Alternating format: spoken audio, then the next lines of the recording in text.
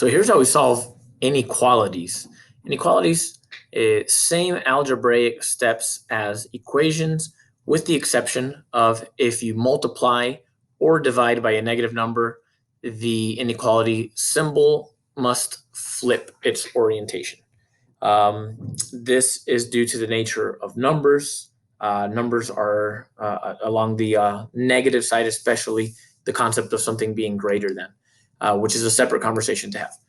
Let's get right to it. So I'm going to go ahead and write the first one by distributing. I'm going to go ahead and distribute that minus. So this 4 minus 9x plus 4 is less than 8x. And I have a negative 8 plus a 7. Negative 8 plus 7 will give me negative 1. So let's simplify that. And then I've got still like terms. I got a 4 plus a 4. So that gives me 8 minus 9x should be less than 8x minus 1. If you notice, I've not done anything that I wouldn't have done with a linear equation. I'm now going to go ahead and use some of my inverse operations. I'm going to add 1 to both sides. That's absolutely no problem. Remember, the only issue is when you multiply or divide by a negative. So 8 plus 1 is 9. I've got 9 minus 9x is less than 8x.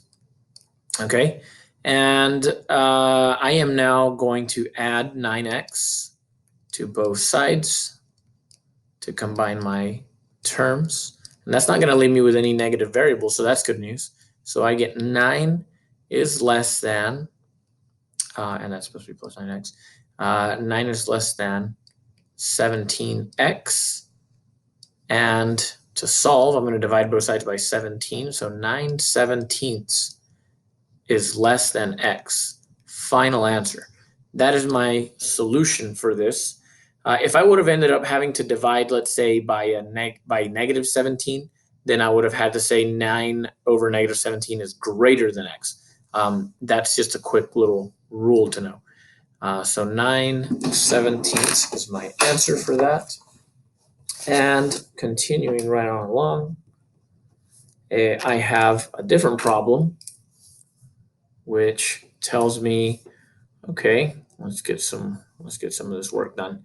Negative 5 is less than negative x minus 3 times negative 5/6x, there's your fraction, plus 1 plus 6. All right, plus 6. So inverse operations, I'm going to subtract 6 first.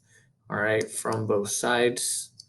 And negative 5 minus 6 gives me negative 11. Negative 11 is less than negative x minus, I'm going to go ahead and distribute that 3. Yeah, why not? Let's go ahead and distribute that 3. So this is a negative 3 times negative 5/6 and negative 3 times 1. So that first term will give me positive 15/6x.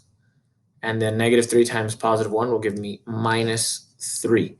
Okay, now I'm going to add 3 to both sides. Add 3 to both sides. So that gives me minus 8. Negative 8 is less than negative x plus 15/6x. All right. And what I can do at this point is common denominator. All right, which means I can multiply this guy by 6/6.